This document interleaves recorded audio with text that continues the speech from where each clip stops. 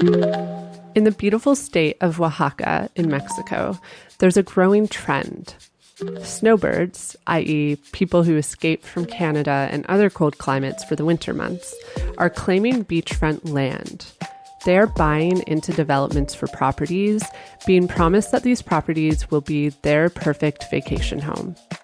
The problem is, the land that's being developed is not up for grabs. It's communally owned by Indigenous and rural residents. We're curious about this growing trend, and so today we're chatting with Dawn Marie Paley. Dawn is a journalist and author based in Mexico, and she wrote a piece for Breach Media covering this issue. We're going to unpack why this is able to happen, because let's be real, it sounds pretty colonial. And we'll talk about how gentrification is impacting Mexico, and of course, how tourism is contributing to it. Is this the first time that you've listened to Curious Tourism, the responsible travel podcast? If so, make sure that you've hit the follow button right now on Apple Podcasts, Spotify, or your favorite podcast app, because there is plenty more to come this season. If you want to get in touch with us, you can find us on Instagram at Curious Tourism Pod. You can DM us or email us anytime. All of our contact info is in the episode description.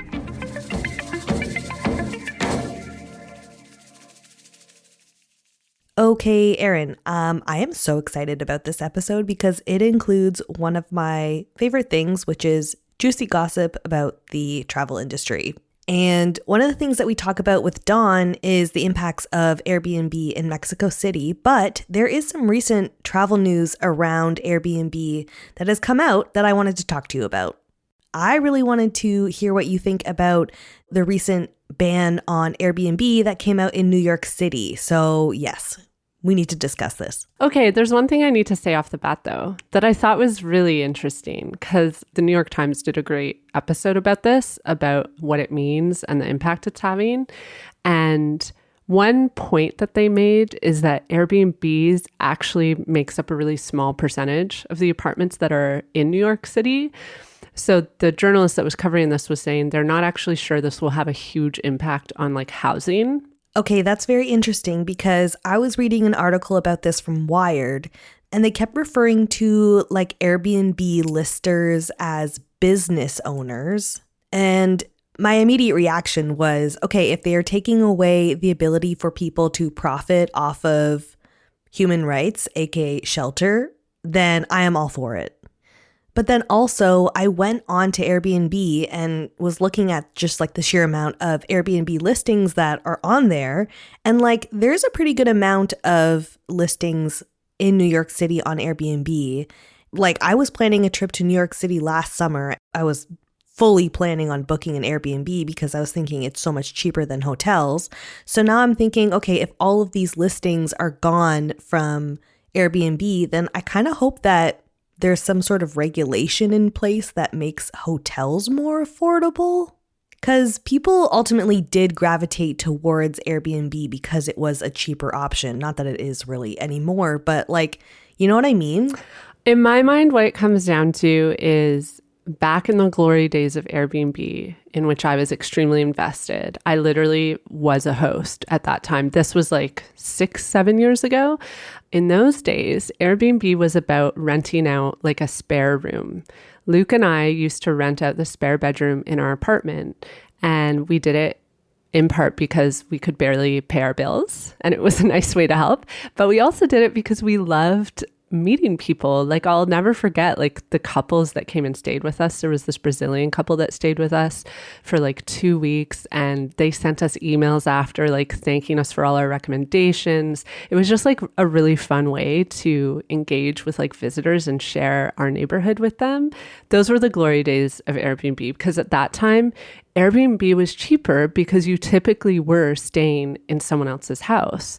I remember Phil and I, when we were backpacking around Scotland, we only did that. Like we were always staying in apartments with Scottish people.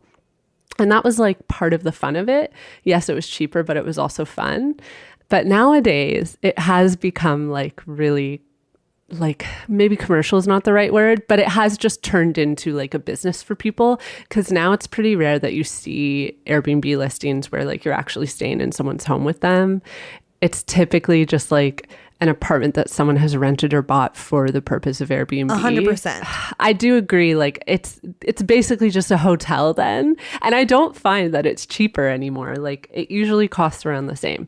And then the point I was going to say about New York is like, New York is just always going to be expensive at this point because like those properties are in high demand. I don't think there's a world in which like hotels are going to become cheaper, but Airbnbs won't become cheaper either.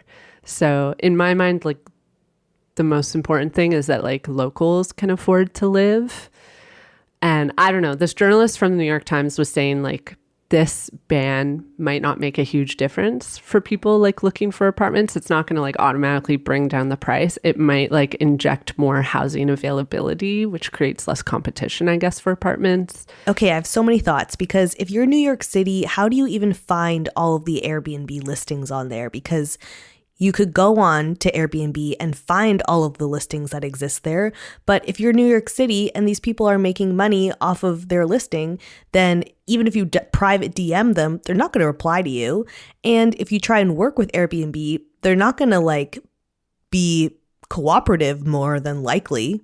But the big factor here is that now Airbnb listings have to be registered. And there are all these different like nuanced rules around how Airbnb listers have to like be home when the people are staying over at their houses, kind of like back to the old school couch surfing style of Airbnb.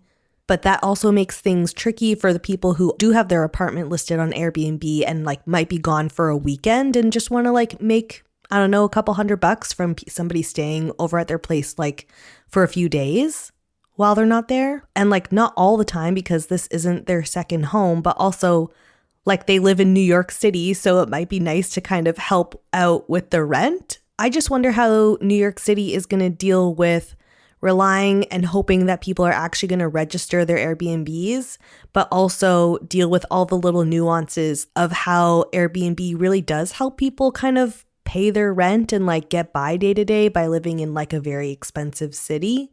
There's just so many little factors at play here, and I am just very interested to see where this ends up in a year from now. Well, in Toronto, it hasn't made much of a difference. We didn't have Airbnb banned, but they did introduce like way stricter legislation around it. So like now in Toronto, you have to own the property. You can't be renting a place, and you have to apply to the city for a permit for short-term rentals, and then you have to provide that permit to Airbnb. So they really tightened it up here in Toronto, but like I don't know. I haven't noticed any difference. The apartments definitely aren't getting cheaper. No, that is very true. You are never leaving your apartment ever. But yeah, it's an interesting idea. I'm very excited to see some sort of crackdown on landlords. But again, we will see where this sits in a year from now, I guess. Okay, so also there was some travel news that you wanted to talk about, so lay it on me. Yeah, so I recently read in the news that Egypt is going to be changing the entry requirements for Canadians. Okay. So it used to be an e-visa, which means before you arrive in Egypt, like within 3 months ahead of your arrival, you can apply for this e-visa. It's an online form. You submit it. Usually within 48 hours, you receive your visa. And then when you arrive at the airport, you just show this like QR code and you're good to go. Lots of countries do this, and Canadians with our passport privilege are very used to e-visas because it's, you know, we have passport privilege, so most countries will let us apply that way.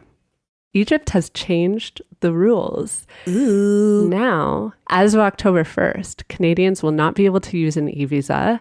You'll have to apply directly through a consulate for a visa to go to Egypt, which is much more work and much more complicated. And I saw on Reddit the most interesting like thread of essentially just like Canadians complaining about this. And I just thought it was so interesting because I was like, this is the reality of like most people in the world. Having access to e-visas and having our passport privilege like makes travel so much easier for us. it's just interesting to see how upset people are when that like privilege is taken away. I mean, it is funny because in you telling me this, my immediate reaction was like, okay, how is this news though? Well, it's in the news because they're definitely going to have Canadians showing up without a visa now. I know. That's why it's so funny because like, I don't think a lot of people think about how convenient and easy it is for like Canadians to just be romping around all over the place. Well, no, like applying for visas has always been a thing. Like my mom, when she tells me about when she was traveling in the 80s, she was like, you always had to go to a consulate. Like e-visas are a pretty new thing, but I think a lot of people of our generation are just so used to like showing up and like, have you ever had to apply for a visa before going to a country? No, I have never applied for a visa. Exactly. Most people haven't done it. And I've actually only done it a couple times. Because like for Canadians, we just have like so much privilege behind our passport. It's like so easy. You literally just have to show up or submit a form online and you're in.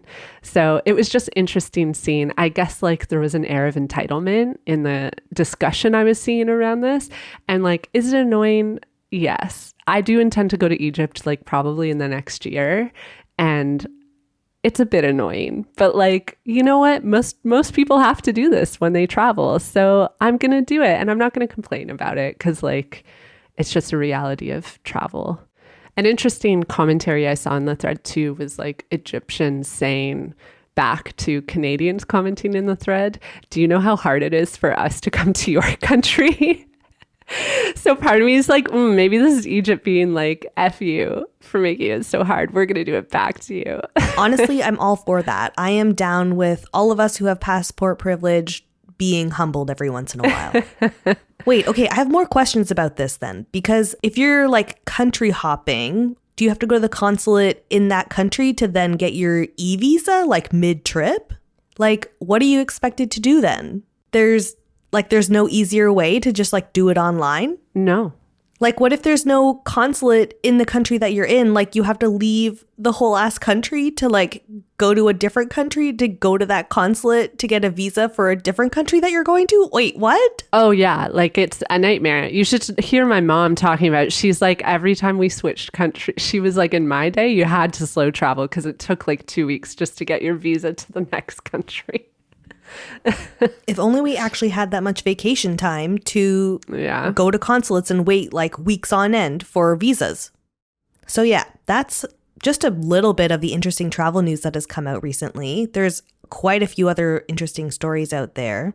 But if you find something very interesting that you would like Erin and I to talk about more, please send it to us. Send us stuff that you find interesting because I'm always curious. I'm very much involved in the travel Reddit. Are you involved in community? The travel Reddit? I had no idea. That's where I get a lot of these sensational travel news bits, but yeah. I still can't figure out Reddit, but I'm there with you in spirit. All right. Well, shall we start chatting with Dawn? Yep, let's do it.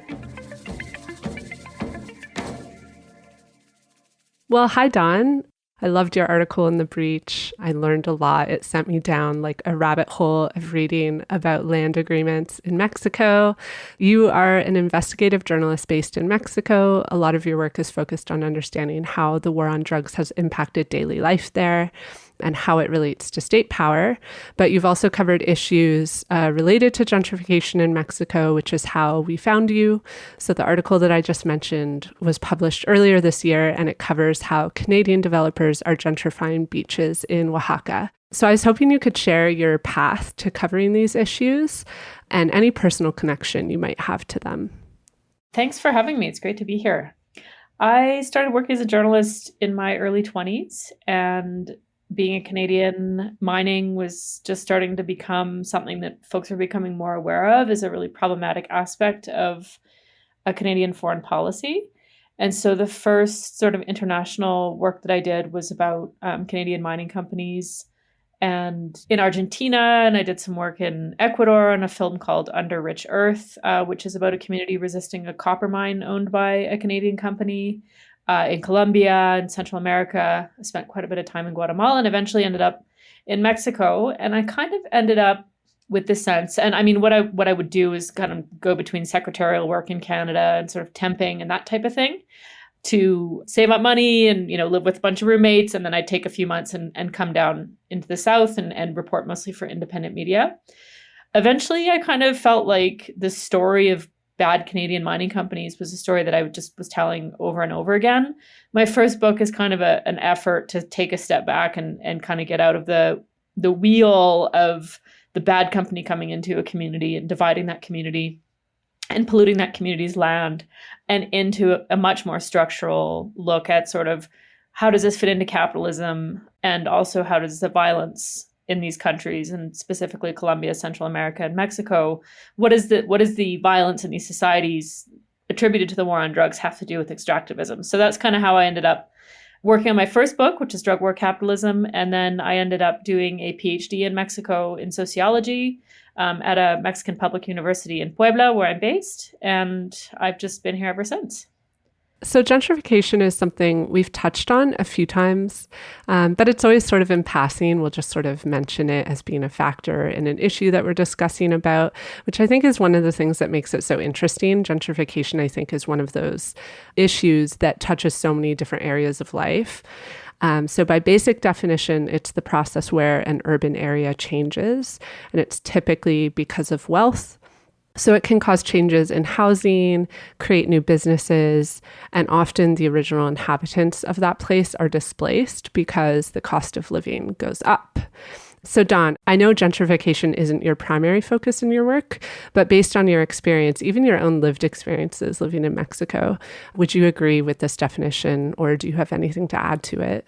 I mean, I think it's a good starting point. My reporting in Oaxaca was focused on the coast of Oaxaca, which is not urban.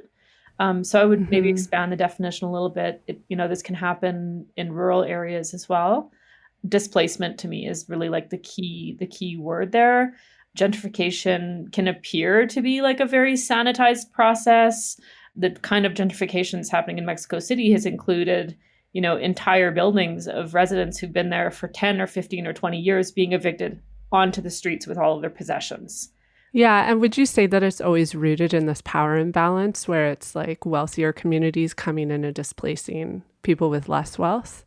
I think in general, although I would hesitate to maybe use the word communities just because there's so many factors of who's coming in. Again, if we're looking at Mexico right now, certain places in Mexico, we see that it's foreigners and say people from a wealthy part of Mexico City going to Oaxaca, et cetera. So there's a mix, but certainly there's a class element to it.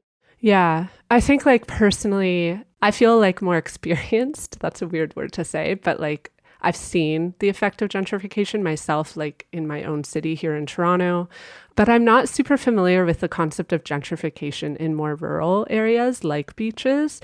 Would you say there's similarities in how it's experienced, or are there key differences between how it impacts a beach versus a more urban city?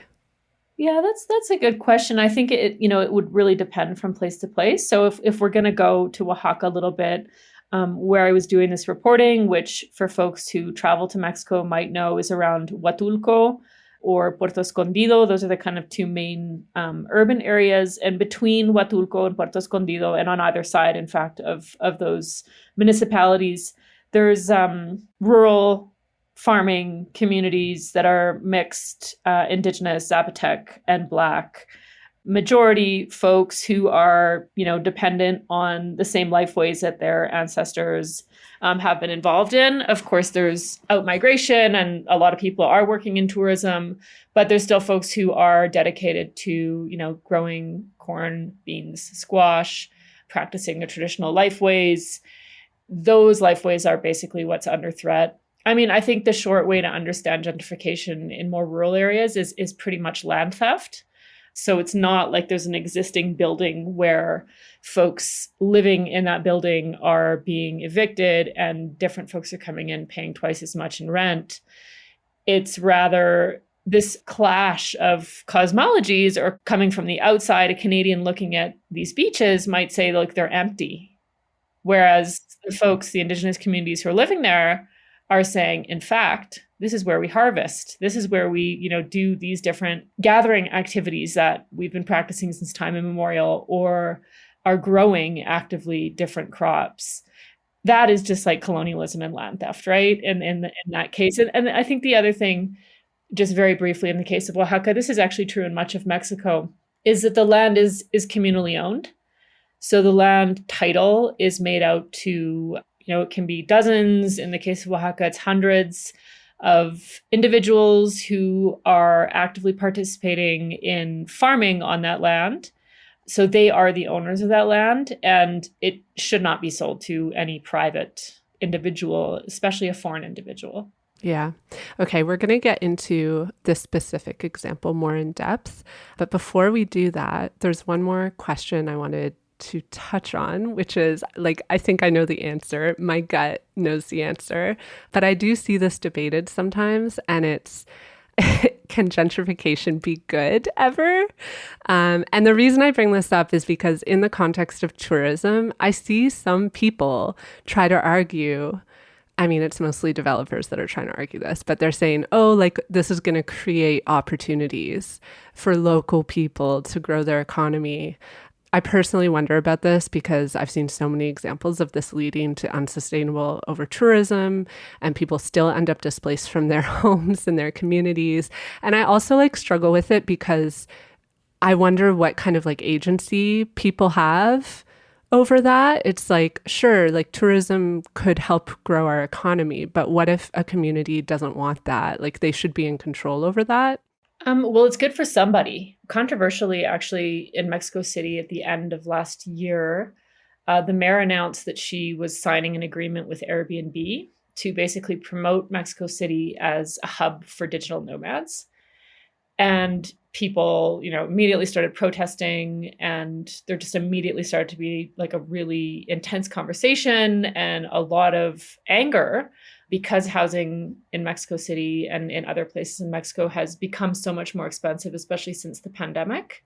But the argument that the city's making is that if they can capture 5% of the digital nomads in the US, that will represent almost $4 billion of income for Mexico City. And then they go on to make those very familiar arguments about, how that $4 billion will translate into, jobs, opportunities, investment for Mexico, which is supposed to raise the standard of living for Mexicans, right?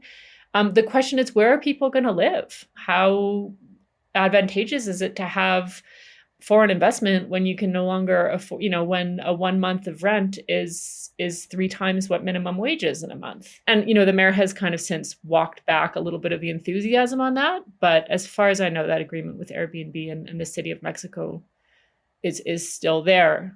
So one of the things that happened recently was that one of the sort of local mayors in Mexico City made all of the small stands selling tortas or sandwiches, tacos, and so on. But they often have hand painted signs on their booth and depicting the food that they're selling. And they made them paint over them all and put an official seal on all of them. Oh. And so it's this kind of thing where people were outraged, right? Because it's that those paintings, those hand done paintings is part of is culture.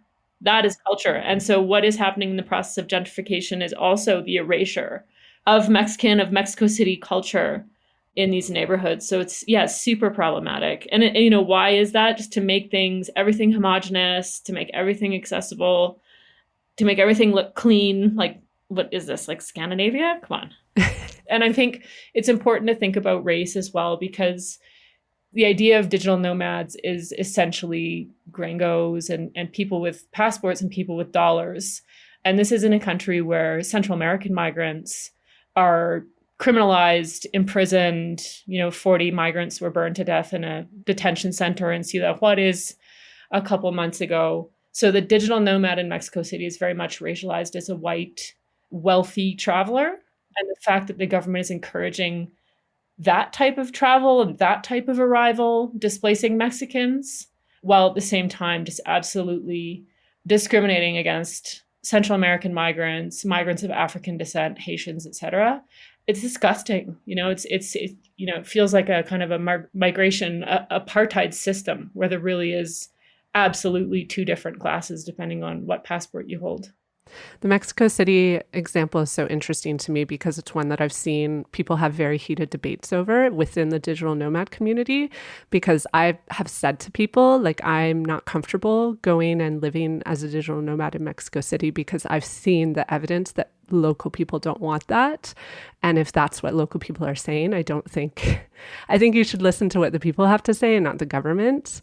But a common argument back is like, I had one person say, oh, well, I'm going to go stay in like Condesa or Roma where all the apartments are expensive anyways, so I won't have an impact because like those communities are already gentrified. Those neighborhoods are already wealthy neighborhoods. It's where wealthy local people live. And so it won't have the same impact if I stay there. And I never know what to say to that argument because it's just like, to me, it's more based on what I'm hearing from local people. That's going to be a better judge of like whether it's acceptable to go there or not.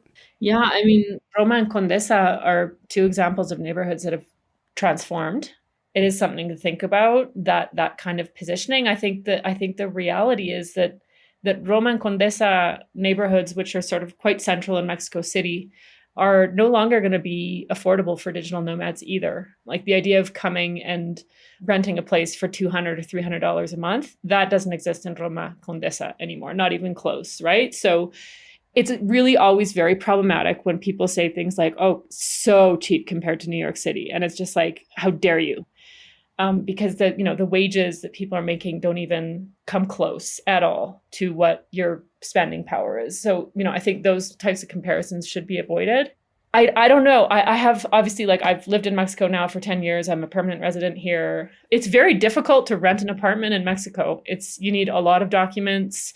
You need someone that is going to sign legal papers saying that they'll pay your rent if you skip the country. You need really a lot of proof. So a lot of what I think the rent increase, how it's justified, is basically making it easy for these digital, quote unquote, digital nomads. I don't think that we should call them that either.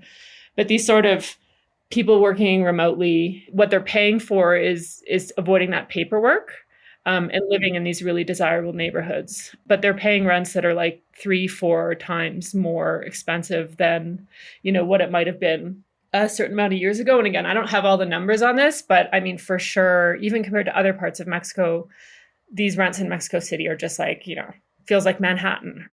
I do think that local people are saying quite firmly, this kind of development is not good. And I guess my question is like, why do you need to live here? If you're just here to just eat out in restaurants and live in a nice apartment, then yeah, don't come.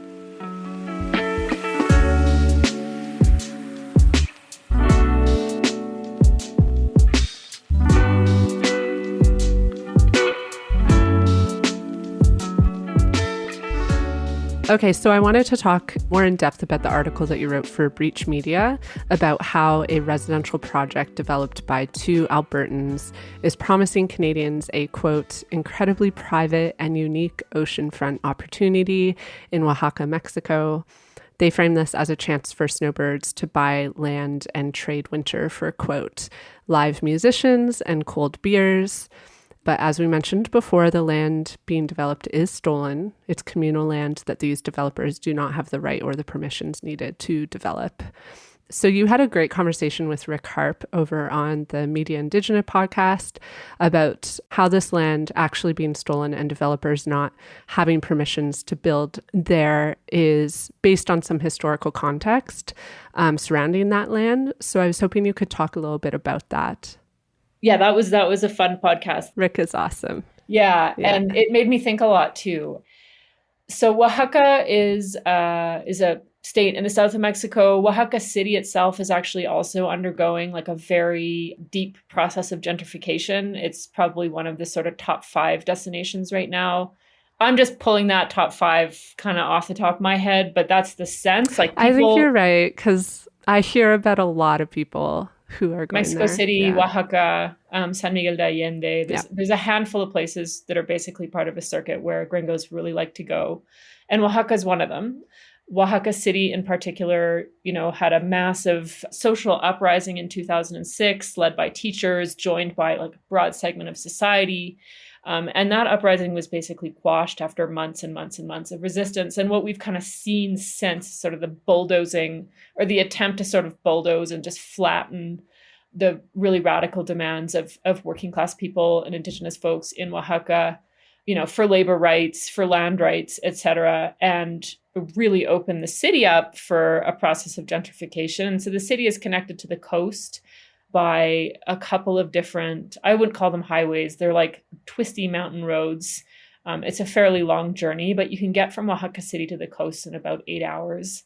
And then there's also international airports in Huatulco and in Puerto Escondido. So Huatulco, for example, in the winter has charter flights to Vancouver, and I'm not sure, like Calgary, that kind of thing. And Huatulco was actually created through a massive expropriation in the 80s, a massive expropriation of common land, of communally owned land. And it's basically like a model city, or a kind of a city built specifically with tourism in mind. And now there's lands all along that coast that are increasingly of interest to Canadians, to folks from the US, who want basically a second home, a vacation property. There's one resort that I looked at in that article that has been built. It's called Vivo Resorts near Puerto Escondido. And there's a lot of issues with that one, also on communal land. And then the one you mentioned, it's called Santa Maria Shadani. So the developers are saying that it's Huatulco, but it's actually technically not Huatulco. And, the developers claim that their papers are in order. They claim that they have all the rights to the land and so on. But the local people say that that's not true, that it was a series of basically bad agreements and getting an inch and taking a meter type of thing, just to mix two different measurement systems, but where developers ended up moving in and just starting to actually build on the beach on communal land, with the proposal of selling individual lots to Canadians. That's the basis of the conflict. I think Mexico is a very complex legal environment at the best of times. And then when you add Indigenous common land or Indigenous communal land into the equation, it just becomes so incredibly complex.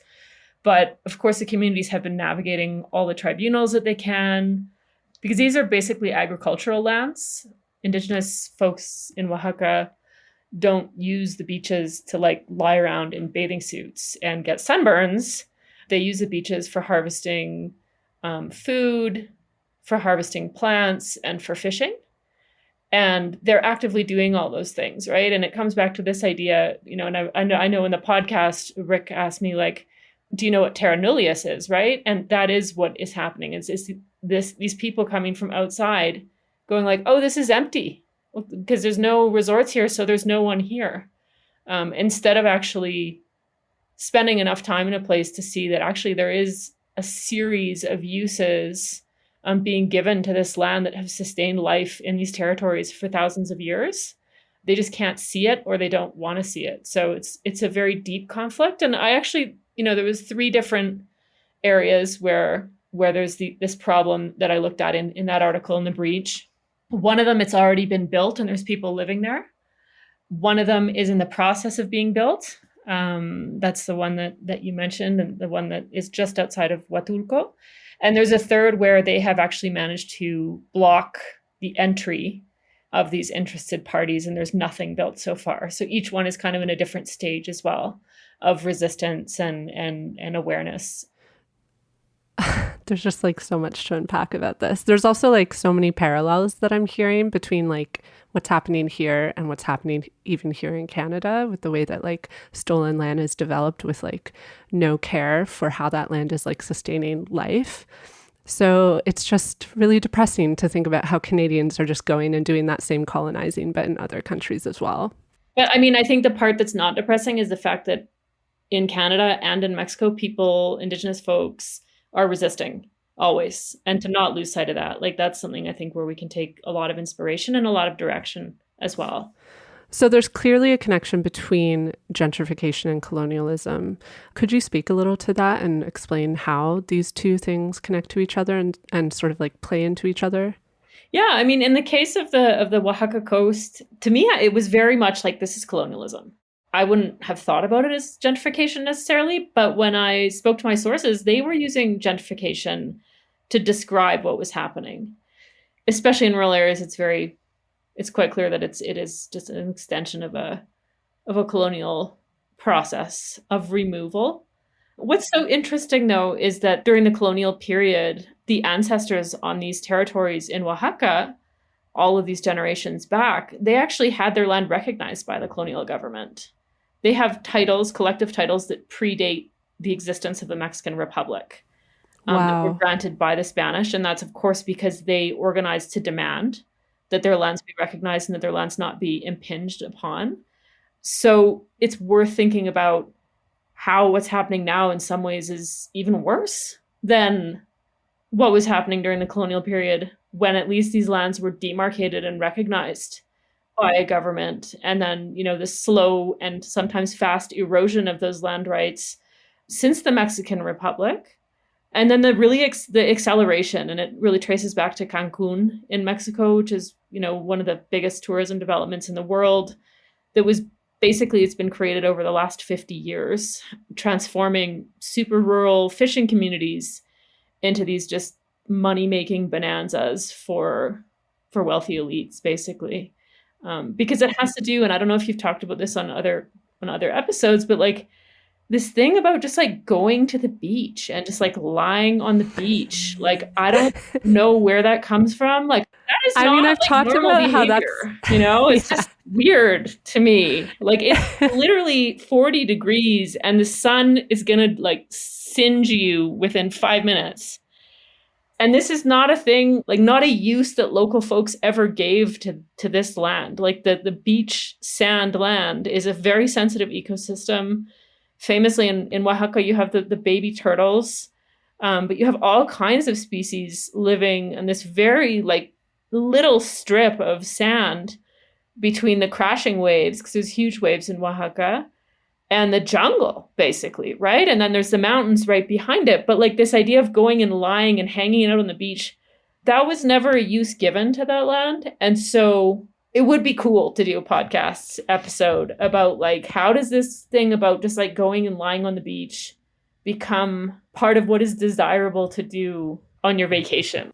I mean, I'm very curious about it too. And I have a feeling that it like has to do with like leisurely, decadent travel and class, but like stretching back a ways. Like there was probably a period in time where they said, what's something we can send like rich people to do that's like very decadent and leisurely? And it's like sit on a beach and do nothing. It's recent, right? It's relatively recent. And so I have researched pressure, this. right? Yeah, it does have to do with like sort of the rise of accessible tourism. So when like flying became more accessible to the quote unquote average person, which was like really like the 50s, the 40s, 50s, when people started like flying south to go be in beaches. But yeah, I'm really curious, like sort of who is accountable for this, I guess is my question. Like obviously these two Albertans hold some accountability in this, and it's so frustrating because like especially being Canadian, you would think people are a bit more informed about like what colonization looks like, but like how accountable are they, and how accountable are the people that are actually buying these properties? It annoys me because there's such an obsession I find with like Canadians and buying property in like the global south because it's cheap. That, I mean, I said before we went on the air, I was like, yeah, I don't know too much about like tourism. I don't really want to give people advice, but I do want to say don't buy land, especially communal land in a foreign country. Like just don't do it. Like it's not a good idea. I think accountability, like from my point of view, should also, I mean, it's the Mexican government needs to uphold Mexican laws, which according to the Constitution and according to agrarian law, should be recognizing the titles of these communities, the communal titles, which they have, again, they have these titles dating back from before the Mexican Republic. They also have newer titles from the post-revolutionary era, which is, mid 20th century, from the Mexican federal government recognizing their lands as communal. So the fact that they're, in a sense, allowing the division and sale of these lands is also really on the Mexican government. I mean, I wish I could say the Canadian government should do, I mean, yes, they should do something, but we've seen how the mining companies get away with anything they do anywhere. Like there is almost no way to hold a mining company accountable. Of course they should be. The Canadian government should be regulating and should be ensuring that Canadian companies are not participating in land theft, but that seems like a far cry.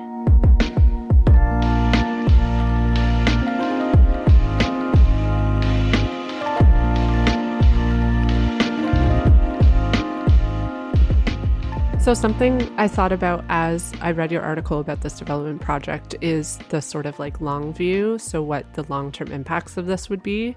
I was just thinking like these initial developments could shape what tourism grows into in the area. It could change the way people live their lives, local people. And instead of tourism development being in the hands of local people whose lives will ultimately be impacted the most, it's already in the hands of foreigners. So what do you think this means for the long-term future of that region?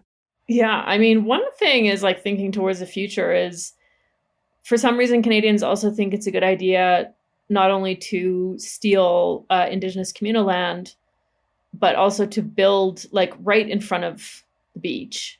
So there's a good chance that it'll be underwater in the long term, seeing how things are going now, not to be overly pessimistic or whatever, but it doesn't necessarily seem like the smartest place to be building big concrete 3-car garage condos at this point, like literally like a few meters from the shoreline. I think Huatulco gives us an idea. Huatulco having, had the big expropriation, having had, an international airport built, having built really from the ground up like a mega city. Well, I wouldn't, maybe not a mega city, but sort of a mega large scale tourism development. Cancun is another one. What we see are people, local folks who can no longer access their traditional lifeways. They can no longer access their territories, and are basically forced into menial labor jobs, which pay next to nothing. Food insecurity. It's pretty dystopian, honestly. And we can already see it. Like, it's not like megatourism is new. It's something that folks are aware of, and they're saying that is not the future we want. I've done some work on the Yucatan Peninsula, which is, the peninsula where Cancun is. And folks all over the place are saying to me, Cancun is a bad model. We don't want to be scrubbing toilets. We want to be living in our own land. For the majority, and again, obviously some intermediaries and especially folks that already have access to capital will do very well off of increased development, increased tourism, increased building, etc. But it's for the majority, it's not an attractive prospect, I don't think. Yeah, I mean, even just like, this is obviously just personal experience, but going to places myself like that, like I was recently in Puerto Vallarta, I have like gotten the sense from local people that they don't like it. They don't like what their city has become. I experienced the same thing in Belize. I was there last year and we went to this one place that had just been like overtaken by Canadians buying property, and it didn't even feel like you were in Belize anymore. Yeah, I think there's a lot of places in Mexico like that. And I think there's just something that happens when the economy is based mostly on tourism. People end up experiencing like a lot of racism from foreigners on their own land and that kind of stuff, right? Like where it just is just like what kind of, again, it's so dystopian and yet is sold as a place to go relax and like never lift a finger, and someone will always be topping up your beverage like at all times or whatever. And I mean, there's always a ton of ways to approach this. And there are folks who set up small businesses, I don't know, doing surf school or some kind of tour, and folks who are able to kind of make a go and have an interesting career and do okay locally when there's this amount of tourism. But I think generally just increases the cost of living. Like wherever there's dollars circulating in the economy, the cost of living is a lot more expensive. It just makes day-to-day life a lot more difficult for folks. And, the history is just so... I was in Cabo San Lucas a few years ago, and in one of the restaurants, they had a picture of what Cabo San Lucas looked like. It was like in the 70s. It was like a shack. It was a fishing shack. And now if you look at it, it's just like so many hotels, so much wealth concentrated in this little tiny area. And then just like a ton of informal housing, a ton of like not up to scale housing, like housing where people get flooded out every year when it rains, where folks are just dealing with like they're really exposed to the climate, really long commutes, really expensive commutes to get to the tourist centers. And it's just such a radical, like if you go now, you'd assume it had been like that for so long, right? It just seems so permanent. But in fact, these developments, Cancun is almost the same kind of, it's just a much bigger scale. These were little tiny Indigenous villages 50, 60, 70 years ago, right? Yeah, it's something, you know, we've talked about on this show before, like tourism gets so concentrated, and this is how we end up with like examples of over tourism literally all over the world. And it's so frustrating because it would be such a better model to spread it out. And so then you don't have these like thick concentrations of people just completely changing the face of a place. And then those tourism dollars that people claim are so helpful get spread out as well, if there's more focus on spreading that tourism across a region instead of just like concentrated in one spot. So something we've been talking about but haven't addressed is how this is all Canadians doing this. I know that was the focus on your article, and it makes sense given you're from Canada yourself. But would you say this is like a Canadian problem, or are Americans doing this as well? Is it just a North American thing? It's Canadians and folks from the US primarily. And that's just geography, right? It's just way closer for us to come down south than it is for Europeans. I mean, there's like a neighborhood in San Jose del Cabo called Gringo Hill. Like, of course, it's a beautiful neighborhood that overlooks the turquoise water. Of course it is. And you can meet pockets of gringos that have been living in Mexico for like 10, 20, 30 plus years who don't speak Spanish, who have made no effort to integrate, and yet are still welcomed to an extent. And again, this is just has a lot to do with white supremacy and the way that dollars talk, right? And the way that the passport privilege works. It's interesting you bring up like that it's just geography, because I was recently traveling in Morocco, and I had been there before, but almost 10 years prior. So this was my second time. And one of the things I noticed about this time was suddenly all the hotels, or not all, but a lot of the hotels were owned by Europeans.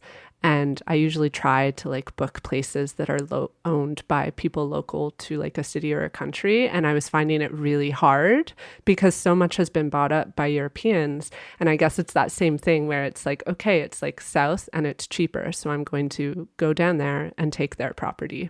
Yeah, and they can take like a $1 Ryanair flight or something, right? Yeah. So this is obviously a complex issue, and I doubt that there's a concrete answer to it. But what would you like to see changing? We've talked a bit about government, so we can delve into that a bit more. But if there's anyone else at fault for this gentrification in Mexico, and maybe like if you think tourism is playing a role in this as well, what can be done to make things better? Yeah, I mean, it's always a great question. I think the problem is global. I think the problem of gentrification is not just a Mexican problem. And I think the problem is capitalism, no more, no less. So, you know, there's obviously things that can be done in the meantime as we struggle together to end capitalism, like regulating housing, protecting renters, ensuring, you know, that rent increases have to be very minimum amount, or that there be non-market housing. I think a lot of the same things that we talk about in Canada could be applied in Mexico.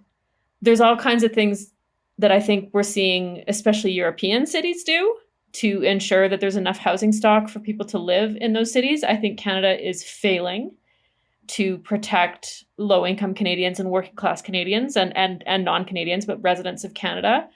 Maybe it's not a problem everywhere, but it's like every country, every region has these sort of hotspots that are dealing with the very same issues, right? Because a lot of this is so reminiscent of what's happening in Toronto. And like I was in Dublin earlier this year and had this exact same conversation with people there about how like rent was so high that if you earn minimum wage, you can't afford to live in the city. I mean, I was in San Francisco recently and people were saying that you are considered low income even if you're making over $100,000. Like I think the Oh my cutoff is gosh. over 100,000 US for a Oh, family for a year. I mean, most of my friends in Vancouver are living paycheck to paycheck, no matter what they're working at. So I do think like it's a global problem. The issue is capitalism. The issue is the concentration of wealth. I mean, Mexico has extremely wealthy billionaires, and then, a majority of the population struggling with food security, with housing security, with being able to access healthcare, with being able to access education.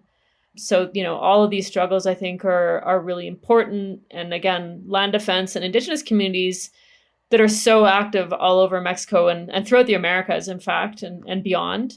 In land defense really has to do with just saying no to the system and finding ways to continue to practice the traditions that have kept their people alive since time immemorial, right? Which in the face of this behemoth of capitalism that we're living in is among the most inspiring examples. The communities in Oaxaca that are dealing with these Canadians buying their land, or they're getting super organized. For a long time they told me like they weren't that active. Their assembly wasn't always meeting, and since they've got wind of these projects, or since these projects have come in, they've really stepped up their organizing, started doing all the work they can legally to protect themselves, and so on. well, so what about people who are interested in traveling to Mexico? What is something that you think anyone visiting should know or should take the time to learn about before they plan a trip to anywhere in Mexico? Well, on a very practical level, definitely check out what's happening with security. Mexico it really varies, and there's parts of the country that are really not safe. So that's just like on a super practical level. I think what you said about staying in hotels that are owned by local folks, I think that's like a good start. I think there's a lot of places in Mexico that are absolutely not touristy, but where local people are trying to set up like ecotourism or different kinds of cabañas, like in the mountains or in different places, even some of the beach areas. I was in Nayarit state recently and stayed in a like very chill, locally owned cabañas. In Oaxaca as well, there's places where locals and Indigenous folks are running the tourism. They try to figure out how you can support and stay at those types of businesses or those types of accommodations. And then I think for folks who are planning to stay longer, because that's really what changed, right? Was with the pandemic, people aren't coming for a week or 2 weeks anymore. They're coming for a year or 2 years, or I'm staying forever, because they can remote work. I think that has really been a big part of what's happening with just like how the rents are becoming so much more expensive, especially in these neighborhoods of Mexico City. But it is all of Mexico City that is becoming more expensive. And for example, places like Oaxaca or San Miguel. So if you're planning to stay longer, I think it does get trickier. And I think thinking through why you want to be in Mexico and what it is that you want to do here, making the choice to stay in Mexico for a longer time means like, okay, I'm going to do a year of language school through a local university. I'm participating in like a painting project. I don't know, I'm learning to fish. I mean, at least something that means that folks come down are actually in contact and thereby accountable to the people that live around them. I think there are ways to live in Mexico. I hope that I am doing it myself that involve like being part of community and being aware of the issues and, speaking out about things that aren't good, like Canadians buying communal land. Again, that's something to avoid. Don't buy communal land. It should be something that's like very well thought out and that involves actually interacting with the people that live here. I mean, it just sounds so obvious. It should be so obvious. But if your plan is like, I'm going to go live in Mexico City because my 3 friends from Toronto live there and it sounds really cool, maybe rethink that plan, because you might end up not feeling that great about your impact once you start learning about what it is, right? And on that note, is there anywhere that you would recommend people go in Mexico right now that's not these super popular tourist centers? That's a good question. One of the things I love about living in Mexico is bus travel. Mexico has an incredible bus system. They're so comfortable. They're fairly safe. Like I would say you want to do this, plan your travels during the day. But I think traveling overland can be very interesting and very enriching. But I can't really give travel advice because there's so many issues with security as well once you're traveling overland. But yeah, Mexico has a lot of really beautiful cities and towns and places. I think maybe before you come to Mexico, maybe just get a little bit more educated about what kind of places there are, what kind of cities there are, and then just make sure you're checking the travel advisories as well before you travel. I mean, sometimes the travel advisories are obviously a little overblown, but sometimes, there's parts of Mexico where if someone said to me casually, I mean, people do all the time, I'm thinking of like driving down to Mexico City. It's like, well, don't go that way and don't go that way, right? Because it's not safe. But yeah, I mean, Baja California is beautiful. The whole country is really beautiful. I always think about Mexico as being it's a bit of a universe. Yeah, there's a lot to see. I wouldn't say like don't come to Mexico, but it's something that should be just like anywhere, right? It's someone's land. Like you're going to someone's community, you're going to someone's neighborhood. So like figure out where you're going and try to make sure you're staying in a place that's like locally owned and well located, and that they'll be able to connect you with local restaurants and actually be able to experience a little bit more on that superficial level. And if you're going to stay for longer, try to plug in. Great advice. And we say all the time, like, just remember that you are a guest, and the best way to be a guest is to be an informed guest. Yeah. Well, Dawn, thank you so much. This has been so great. I've learned a lot. I've loved sort of bouncing these ideas off of you. You're so knowledgeable. So I really appreciate you taking the time to join us. And before we let you go, I was hoping I could ask you to share where people can find you and find your work, and maybe follow you if you have any of the social channels. Sure. Yeah. I'm working on a new project right now. It's called Oaxaca. Ojalá means hope or hopefully in Spanish, and it's actually a bilingual website. So it's OJALA, ojalá.mx. So we're doing news from around Latin America and reflections, especially around the feminist movement and different kinds of organizing happening. And we're publishing in English and Spanish. And then I'm mostly just on Twitter. So it's just at Dawn_. If folks are interested in the story we were talking about, that's at The Breach, which is breachmedia.ca. And we have linked it all in the show notes.